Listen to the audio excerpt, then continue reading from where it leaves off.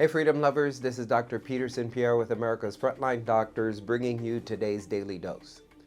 In Kennedy versus Biden, the plaintiffs are seeking declaratory and injunctive relief from the ongoing COVID-19 censorship at the hands of the Biden administration. Earlier this year, U.S. District Court Judge Terry Doughty ruled that Robert F. Kennedy Jr. and Children's Health Defense have standing for their First Amendment direct censorship claims against the defendants. A Fifth Circuit three-judge panel later reversed the lower court's ruling, rejecting the plaintiffs' claims that allowing the ongoing censorship to continue will cause more harm than good. Additionally, the panel held that plaintiffs were deprived of all legal standing because the government allegedly halted its censorship of the plaintiffs, known as voluntary cessation, and vacated the trial court's preliminary injunction.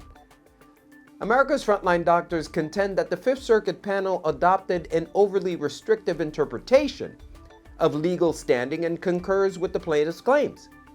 Medical censorship kills. We saw that during COVID.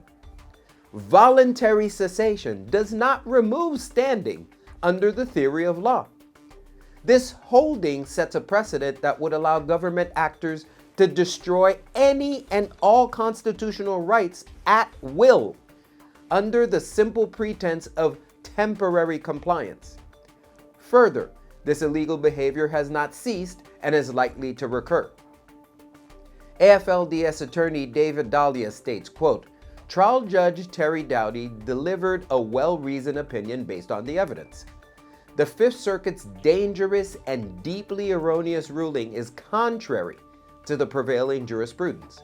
RFK Jr. and Children's Health Defense were some of the worst victims of the government's ongoing illegal censorship campaign. To deny these injured plaintiffs standing is analogous to denying standing to a gunshot victim as long as his assailant promises never to do it again. This, of course, is absurd. The unbanked Fifth Circuit should swiftly correct this very grievous error," end quote.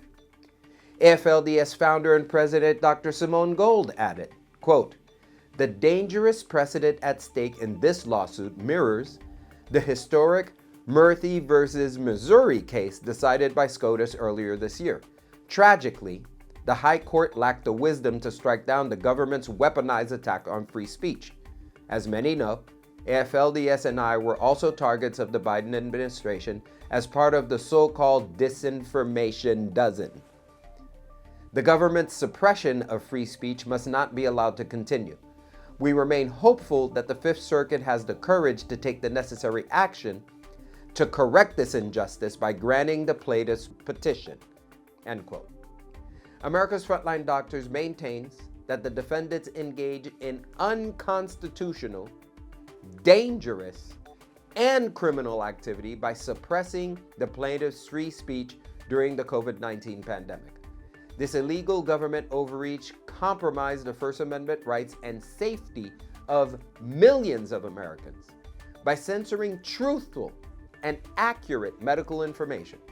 The defendants caused thousands of avoidable deaths, depriving millions of valuable information that could have helped them formulate personal medical decisions based upon fully informed consent. Ladies and gentlemen, only the truth will set you free. Stay tuned for the next Daily Dose.